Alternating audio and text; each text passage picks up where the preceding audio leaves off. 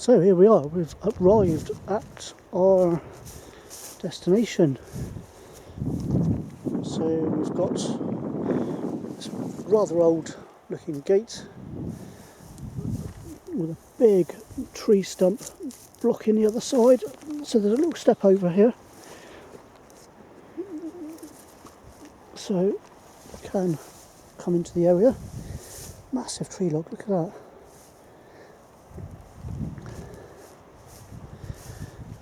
So yeah, these are the buildings I come to look at. Now we are right next to the RAF base, Portreath. So flying a drone is going to be out of the question. Even if I was allowed, it could cause security concerns. So I'm not going to do that. But these buildings, before I actually go in, they're actually a lot bigger than what they looked on Google Earth. Now on Google Earth they didn't look that big, but they're actually massive. So let's go in, check a few of them out. So there's 2 blocks, one in this field and one in the next field up. So let's go and check them out. So we'll go and have a look in one, and I'll tell you what they are. So we've got this big concrete roof, big precast concrete walls, no sign of any windows, and well, you can see some ventilation, and sillily I forgot to bring a light, so I'm just going to fire up the light on my phone. Hopefully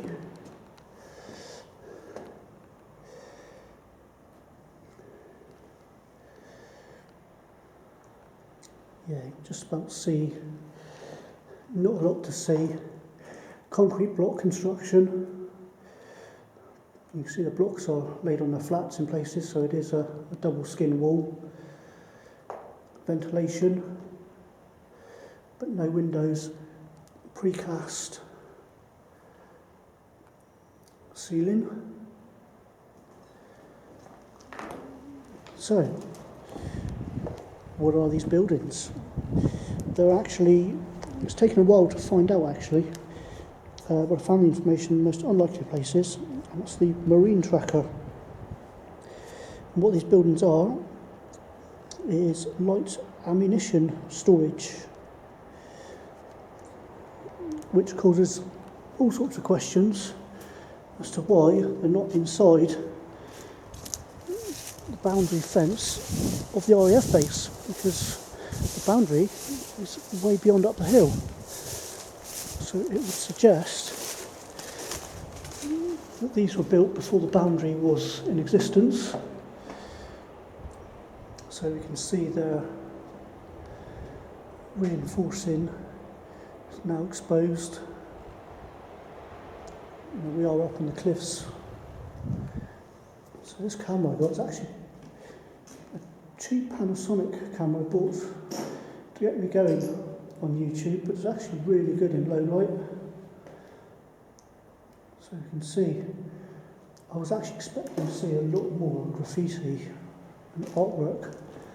There's very little of it so far. So a little piece there. Quite often these old buildings do end up getting used by graffiti artists to kind of practice their work, but not this one. So we've got more vents on the front. In fact, you can see the general construction, and in fact, if you look at that, ladies and gentlemen, is what Mundic block looks like. So see this? Look, that's Mundic. Mundic block is, well, it's a problem of Cornwall really, where they used mining waste as an aggregate in the concrete, and they didn't really, well, they didn't foresee any issues with it. But the problem with it is over time it becomes brittle and loses its strength. The mining waste has got chemicals in it which just cause the concrete to degrade, but also the nature of the material, it makes it really, really porous. So it soaks up water like a sponge, which just exacerbates the problem. Now the floor in there feels super, super spongy. It's almost as if it's got carpet or something on it, or some sort of,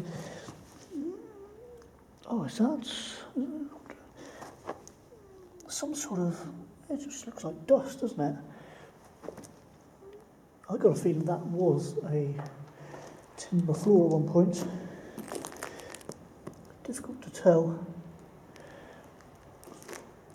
Looks like someone's had a fire in this one. Can't help but look at these sorts of buildings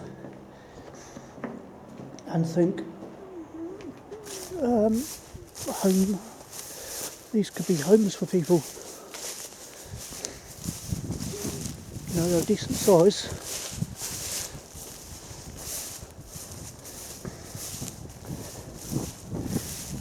Let's carry on. No sign of any path waves. They've been overgrown for a long time. So, as I mentioned just now, these are small arms stores.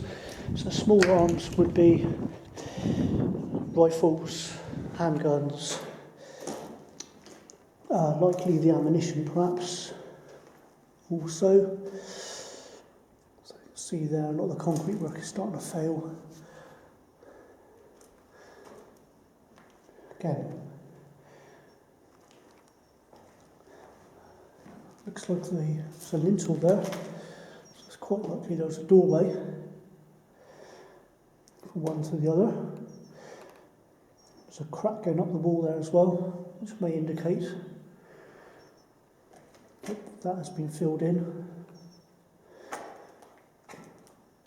And you can see there's you can see moisture marks in the wall. So you can see the roof has been compromised.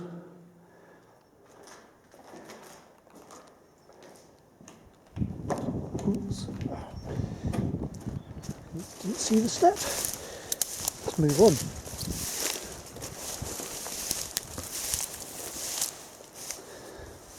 So again, see the cracks. Just zoom in a little bit. Yes, you can see massive cracks forming. All of these spots, water's going to get in. Get the winds blowing as well, it's just going to force the water through those gaps. So again here, you can see the plaster starting to blow, the render rather, cracks all the way along. And again, somebody's being polite. Hello. Again, another room.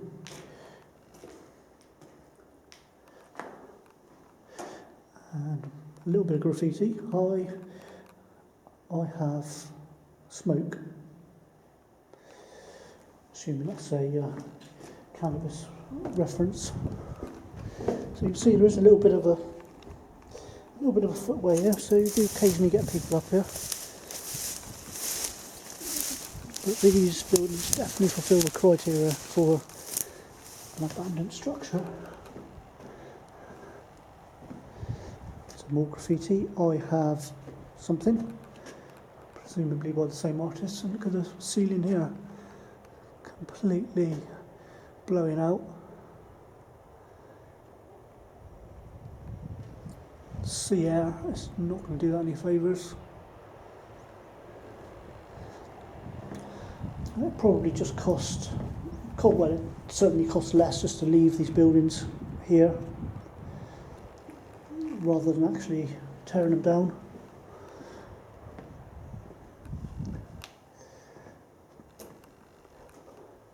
A little bit of low-key graffiti in here. Again, that same spongy floor. But when you bear in mind, these rooms would have contained potentially ammunition. What this floor, it could have been to resist blast or something, or absorb moisture or something. It's hard to say really. As you can see, the walls are, as I showed you just now, are solid. So there's no damp proof on this building. And as I also said, the Mundix soaks up water like no man's business, which is why they've had to vent these rooms. I wouldn't be at all surprised if those vents were retrofitted. That one certainly looks like it could have been retrofitted. Never intended to have vents because there could be a point of access. That'd be quite easy to break that open, make the access a little bit bigger and get in. See how fragile the blocks are. So I suspect that these vents were an afterthought. They were likely a response to the buildings just being ridiculously damp, which may be the reason why they don't use them.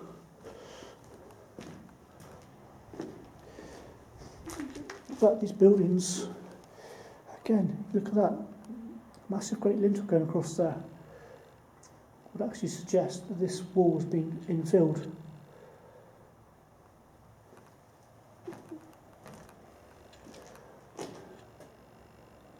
Unless that's just a pad for the roof to sit on.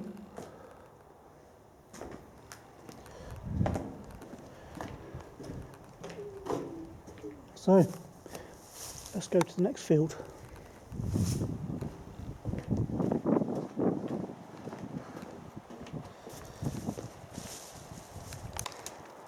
Now there we go. There's the elusive graffiti which I was expecting to see. Not really sure what that actually says. So there's one there. And some ghosts over there.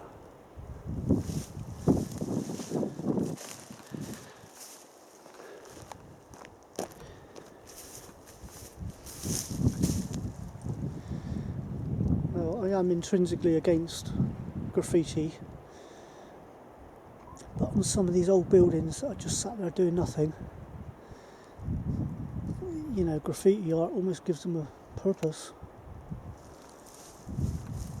You know, I'd rather see this sort of graffiti on an old abandoned building that's never going to be anything else, you know, being used for this sort of purpose. But, you know, from a legal point of view, it's still criminal damage, so, you know.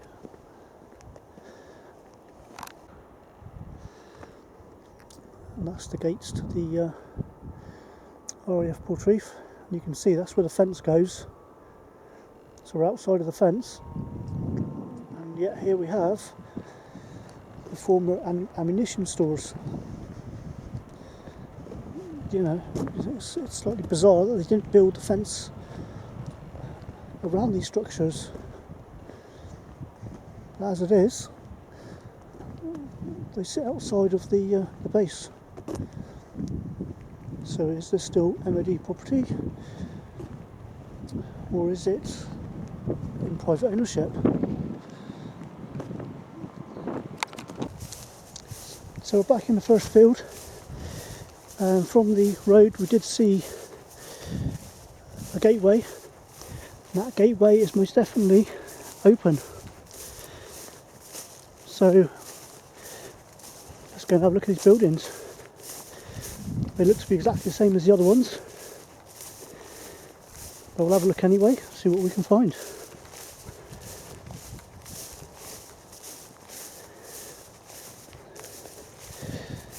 So there we go. no access restriction.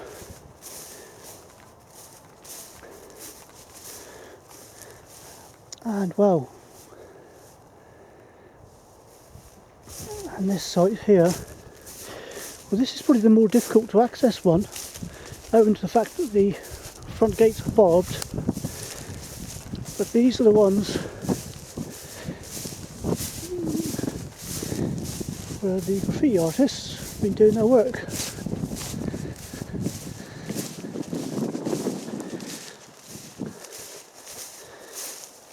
So let's go take a look.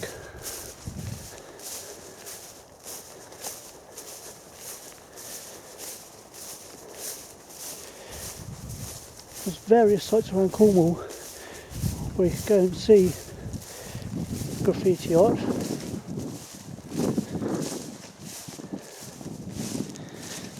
Oh, the colouring on that.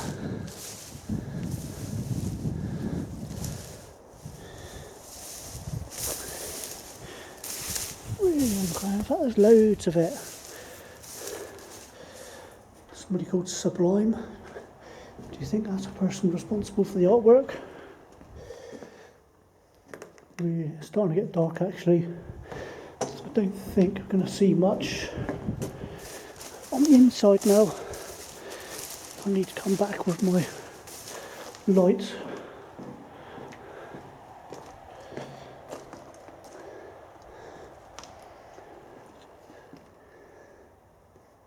Yeah, can't see very much.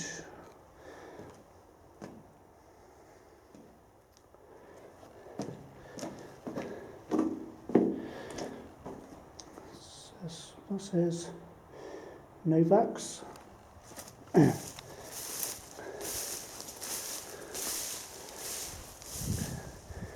Nothing on the outside of that one.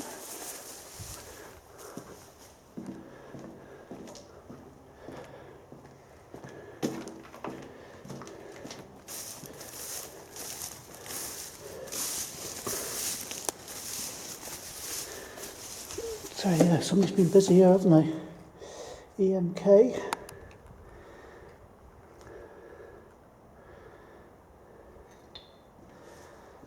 Great little cartoon character.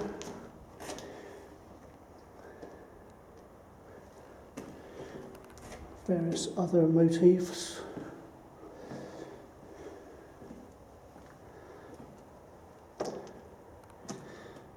Very bubbly writing.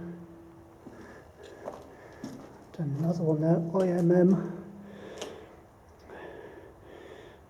Zune. I can't read that. Was that Z-U-O-N-E? Zone.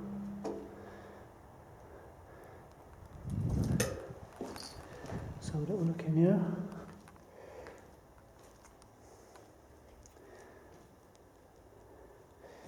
Nope. So all this graffiti art does appear to be confined to the outer walls.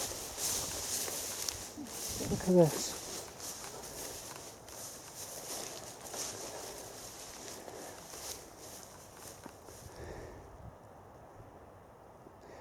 Again, what's that say? S-U-B-M. I can't actually read it. If you know what that says, then post a comment, because I have no idea. So there's a little writing there, hey Scoob at the end, EMK. So EMK is the artist. I'm assuming that says EMK as well.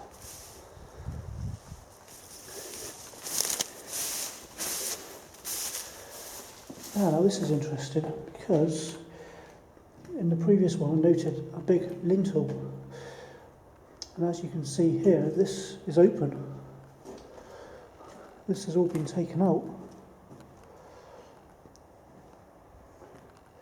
The size of that room, you can see what I was saying about the Mundic, where it just falls apart.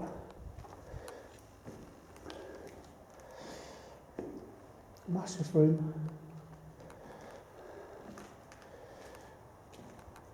In fact, owing to the Mundic, I think I would take back any suggestion that these could be lived in.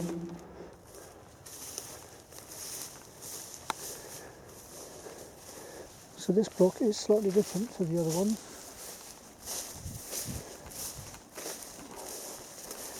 I know, in fact the rooms alternate, which is interesting. So you've got 8 rooms altogether, 4 accessed from one side, 4 are accessed from the other.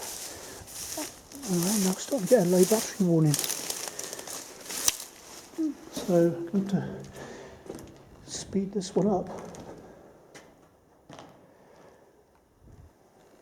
So I think we have pretty much seen everything that there is to see.